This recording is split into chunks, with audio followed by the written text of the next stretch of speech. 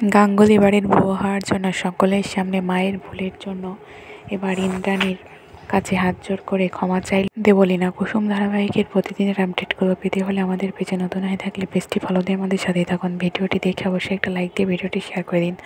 নতুন পর্বের আপডেটে আমরা দেখতে পাবো যে দেবলীনার মা জয়িতা মীনাক্ষীর কথাতে সায় দেয় এবং মীনাক্ষী যখন বলতে থাকে যে কুসুম কি আজকে আসেনি, আমাকে এক কাপ চা দাও, তখন আয়ুষ্মান এবং ঈশান বলে যে কাকিমণি এটা তুমি কি বলছো, আজকে কুসুম রেস্ট করবে, কুসুম আসবে না, ও এখন অসুস্থ, ওর শরীরটা ঠিক না হলেও আসবে না।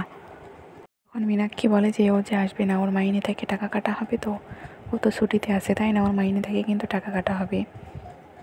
তখন ইন্দ্রাণী বলে যে তোকে এত বুঝতে হবে না। মীনাক্ষী বলে যে ও তো গ্রামের মেয়ে, ও এত অসুস্থ হলেও তো অসুস্থ হয়ে যাবে। তখন ইন্দ্রাণী বলে যে ছোটো তুই ভুলে যাস না যে তুইও গ্রামের মেয়ে, যদি তোর সঙ্গে এরকমটা হতো তাহলে তুই কি করতিস। তখনই সেখানে জয়িতা চলে আসে। জয়িতা এসে বলে যে মীনাক্ষীর কথাটা তো ফেলে দেওয়ার মতো না। তখন ইন্দ্রাণী বলে যে তার মানে তুই কী বলতে চাইছিস। তখন দেবলীনা তার মাকে অনেকবার নিষেধ করে, বলে যে মা তুমি এসব কিছু বলো না, ঈদের বিপরীত হয়ে যাবে, আমাদের এই বাড়ির বউ হওয়ার স্বপ্নটা শেষ হয়ে যাবে, তুমি আন্টিকে কিছু বলো না, আন্টি কুসুমের বিষয়ে কোনো কথা সহ্য করতে পারে না।